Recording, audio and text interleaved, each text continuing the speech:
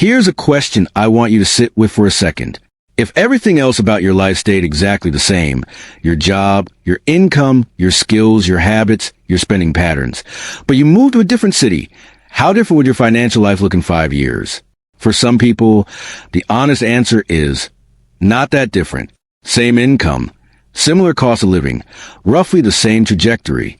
But for a lot of people, more than most people think, the honest answer is completely different, dramatically, unrecognizably different, and not in a small way. We're talking about the difference between building real wealth and perpetually running on a financial treadmill that never stops. Between saving 20% of your income and saving zero. Between a life of expanding options and a life of compressing ones. And the thing that makes that difference is not your discipline, not your intelligence, not your work ethic.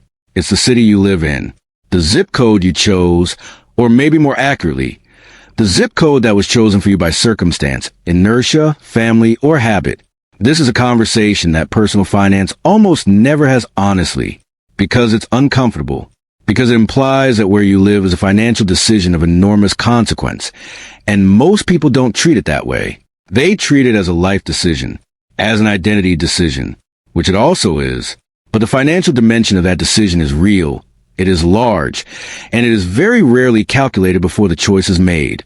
My name is John, and I spend way too much time thinking about the structural, geographic, and systemic factors that shape people's financial outcomes in ways that have almost nothing to do with their individual choices. If you've ever worked hard, done most things right financially, and still felt like your city is eating your paycheck alive, make sure to hit the subscribe button and give this video a thumbs up if this helps you out.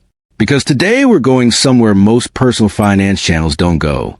We're talking about geography as a financial variable, the specific, quantifiable way that your location shapes your income ceiling, your cost floor, your savings rate, your wealth trajectory, and your long-term financial options. And we're going to talk honestly about what that means and what, if anything, you can do about it. Let's get into it. Section 1, the geographic wealth gap. It's bigger than you think. Here's the thing. Most people understand, at a general level, that cost of living varies by location. New York is more expensive than Kansas City. San Francisco costs more than Tulsa. This is not surprising information. But here's what most people don't understand. The scale of the difference, and more importantly, the interaction between the cost of living difference and the income difference. Because the intuitive assumption is that high-cost cities pay proportionally higher salaries. So it all roughly evens out. And that assumption is wrong. Not slightly wrong. Significantly. Consequentially, wealth-destroyingly wrong for many of the people who make it.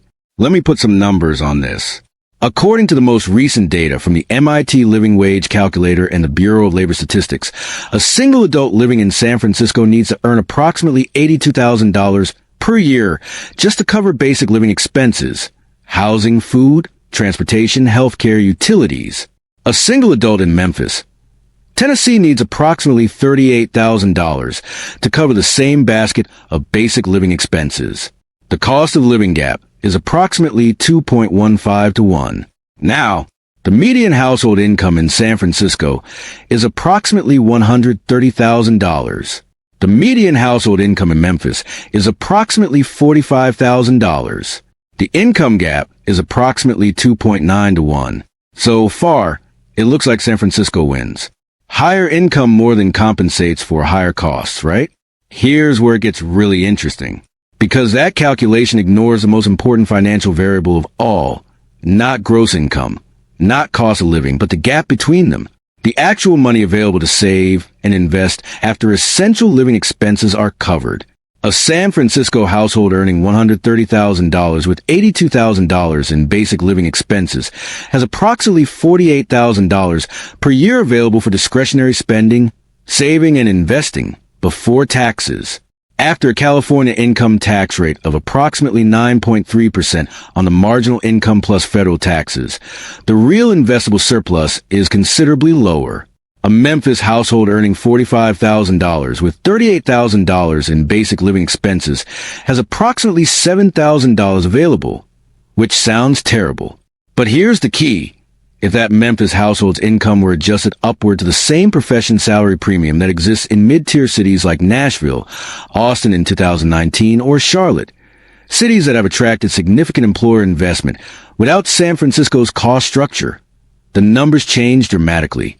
The same software developer earning $130,000 in San Francisco might earn $95,000 in Austin and $85,000 in Nashville, while paying $42,000 and $40,000, respectively, in essential living costs.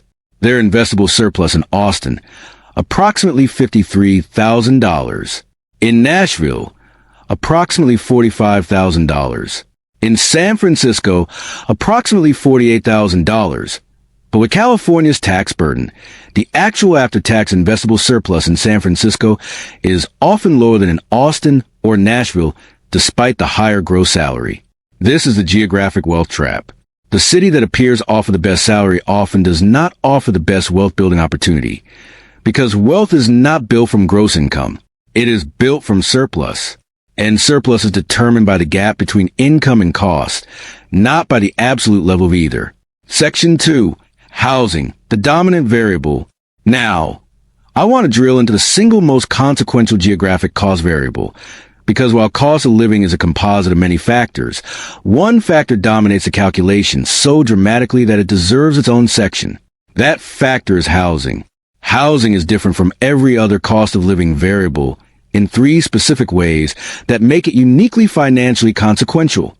First, housing is the largest single expense for most households, typically consuming 25% of 40% of gross income for the average American, according to the Bureau of Labor Statistics Consumer Expenditure Survey.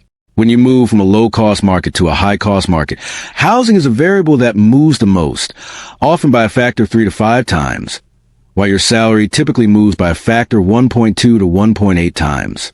The housing gap almost always exceeds the salary premium. Second, housing is non-discretionary in a way that most other expenses are not. You can cut restaurant spending. You can cancel subscriptions. You can reduce clothing budgets. You cannot, practically, significantly reduce your housing costs below a functional floor without affecting your quality of life in ways that compound into other costs: commute time, stress, health, productivity. Third, and this is the one that most people miss entirely, housing decisions have a compounding effect that other cost of living differences do not. The person who buys a $400,000 home in a mid-tier city and builds equity over 20 years, while also investing the savings from their lower cost structure, is building wealth in two directions simultaneously. The person in San Francisco or New York who is perpetually renting because homeownership is structurally inaccessible on their income is building wealth in zero directions, paying down someone else's mortgage with money they can't save because housing has consumed the entire potential surplus. Let me put a real number on the housing differential. The median home price in San Francisco as of 2024 is approximately $1.3 million. The median home price in Charlotte, North Carolina, is approximately $380,000. The median home price in Kansas City, Missouri, is approximately $230,000. A household that can afford home ownership in Kansas City, building equity, building net worth, hedging against rent inflation, would need roughly 4 to 5 times their income in San Francisco to achieve the same outcome. For most households, that 4 to 5 times income multiplier is simply not achievable, which means a high-cost city doesn't just cost them money today.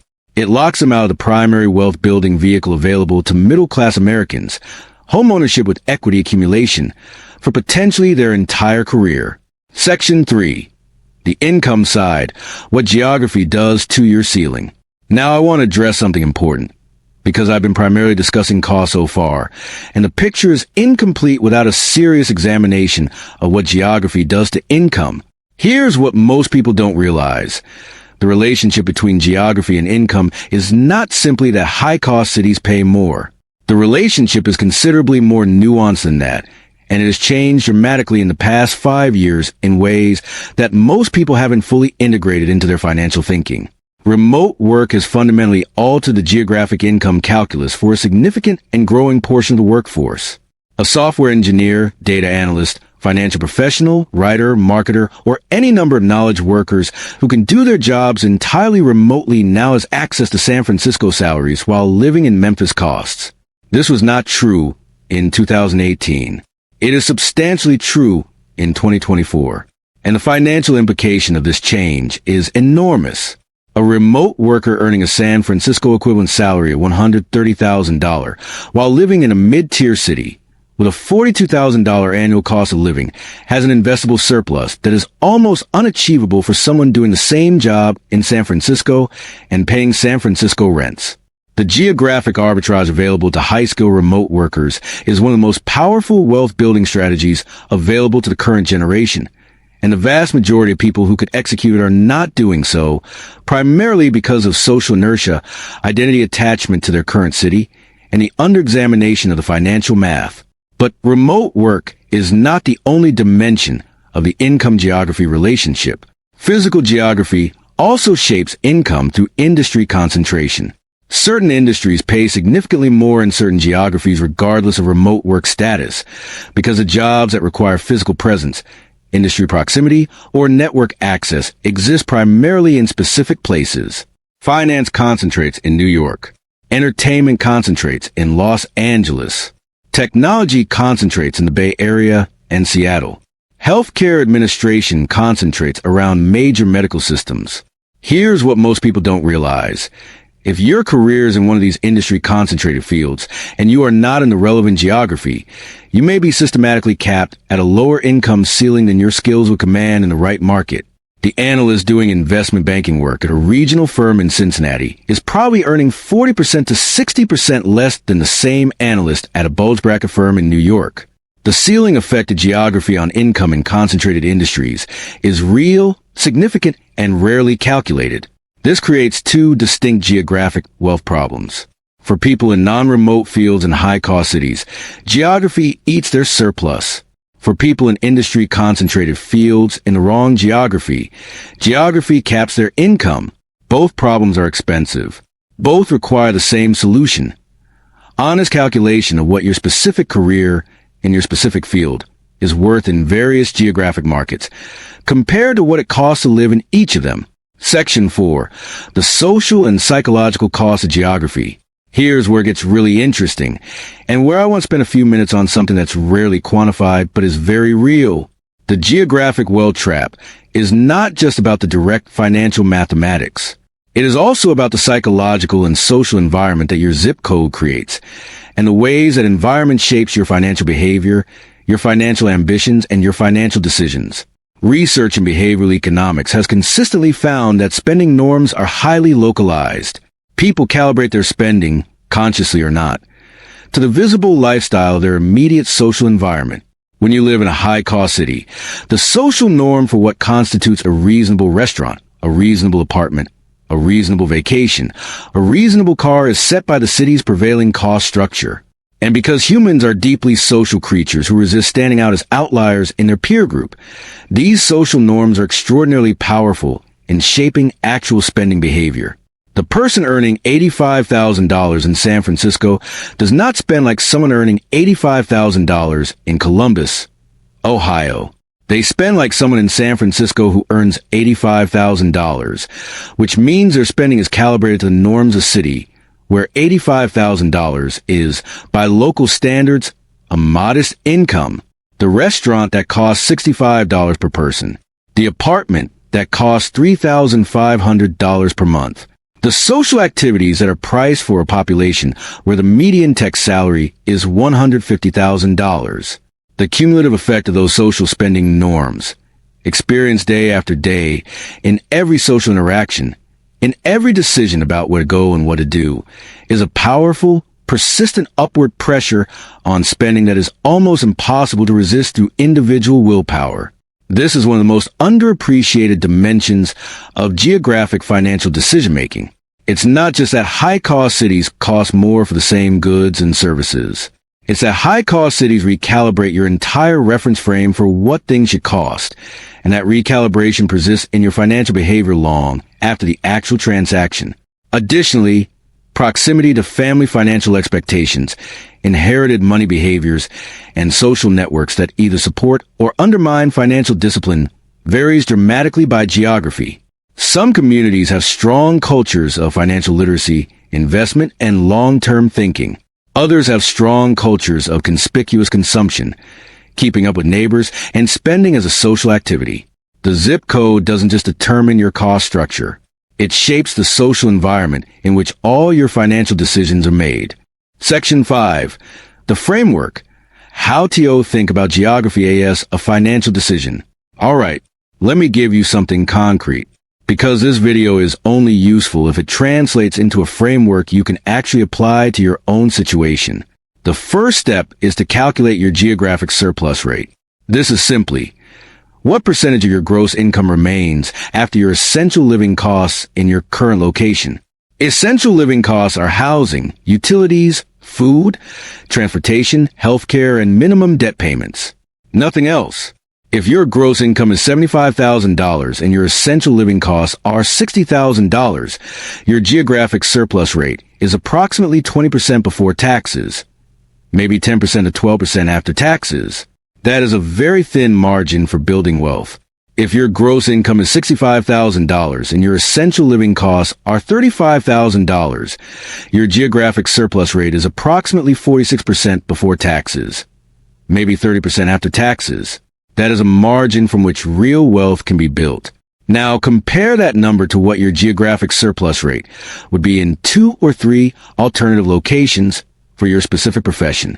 This calculation requires research, looking up salary ranges for your role in those markets and typical housing and living costs. But this research is not difficult. Salary data is available on Glassdoor, LinkedIn, and the Bureau of Labor Statistics.